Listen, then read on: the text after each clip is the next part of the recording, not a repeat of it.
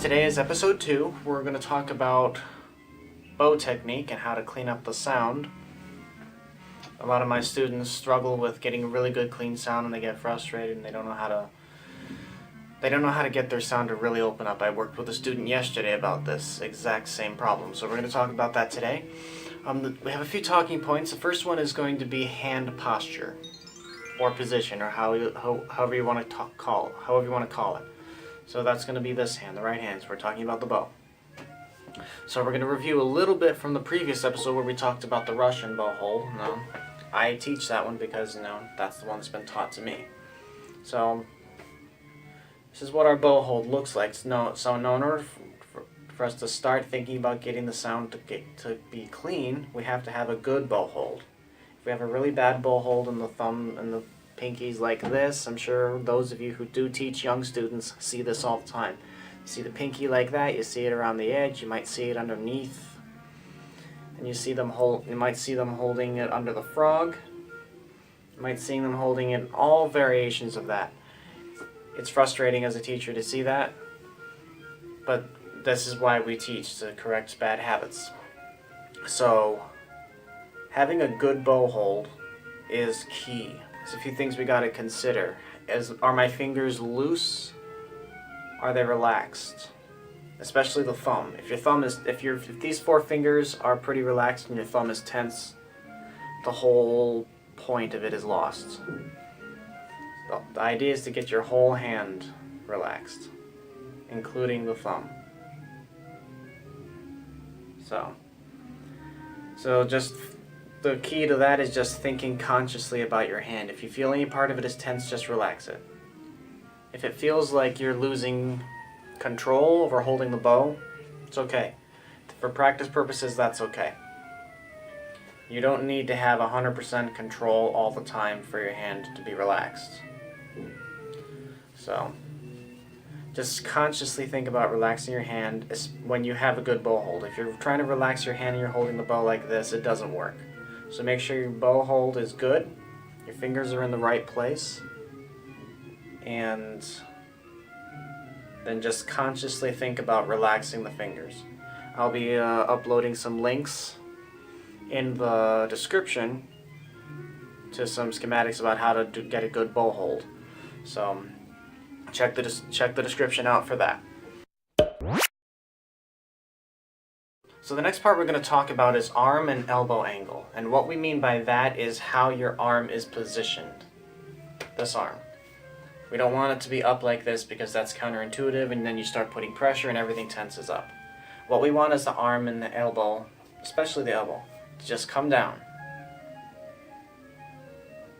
And then it's all relaxed. So there's a practice technique to help with that.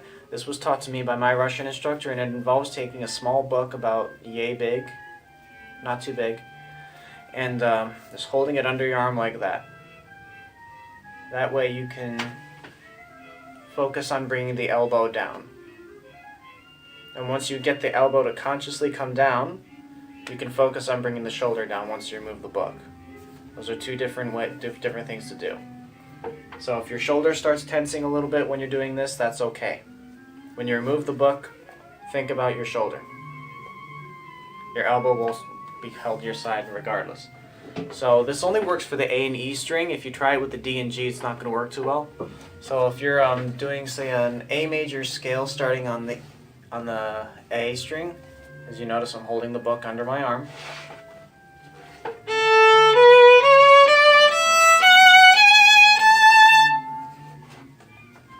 It brought my whole arm down. It relaxed everything.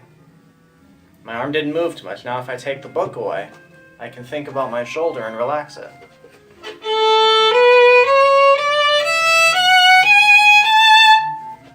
I actually got a little bit more power out of it that way. So that's a good practice technique to use to bring your arm down and to relax it all. I mean, you don't want to hold it to your side like that. That's thinking too much about it and taking it too far. You just want it to be hanging low enough and close enough to your side to be relaxed and to give more oomph and weight to your sound. There's another technique to bring the arm down.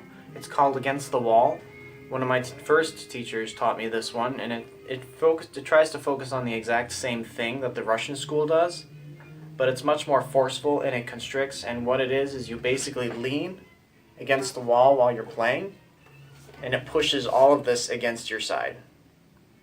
It seeks to accomplish the same thing, but by a much more forceful means. So if you're struggling holding the book under your arm, try leaning against the wall just to fix that part of it, and then you can come away from the wall, hold the book there again. It's kind of like a remedial, more forceful way of achieving the same goal.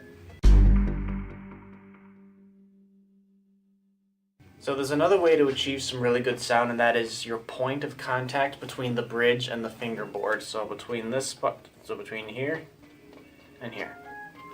Now most teachers want you to play right about there, which is a good place. It gets a good sweet spot for most violins. Some teachers will have you play a little closer, some a little farther, depending on what sound works for you. But what I try and teach most of my students is to be right around in this area, which is a little bit closer to the fingerboard. You get a good sweet sound, good clear sound right there.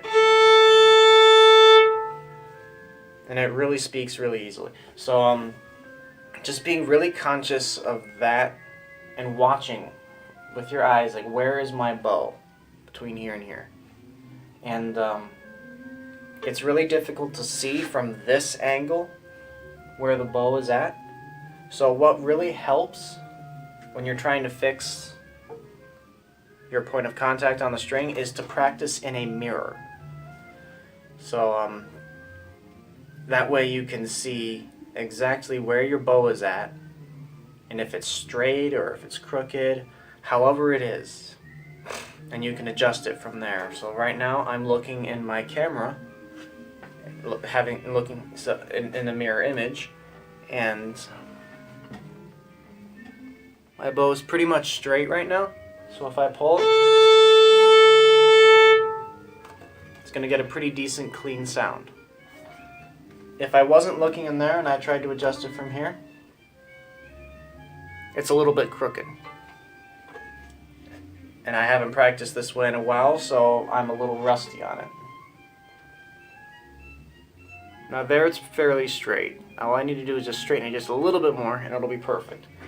I have to rememorize the angles for myself. Another debate that I have with some of my students, not a debate, but a discussion, is where is the sweet spot? How do we find where the instrument speaks the best? And that just, that comes with practice. That comes with you working with your instrument and figuring out what works best for you and what works best for your instrument.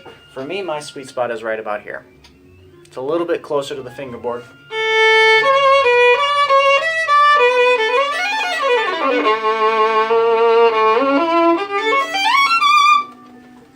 And I can get the clearest, cleanest sound from that spot on my instrument. If I try to do it elsewhere,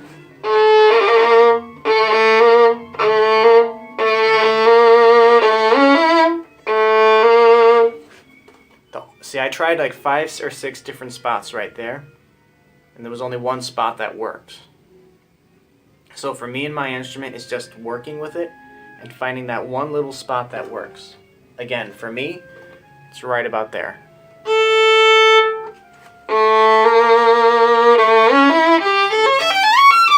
Most violins that I've played have had that sweet spot right there.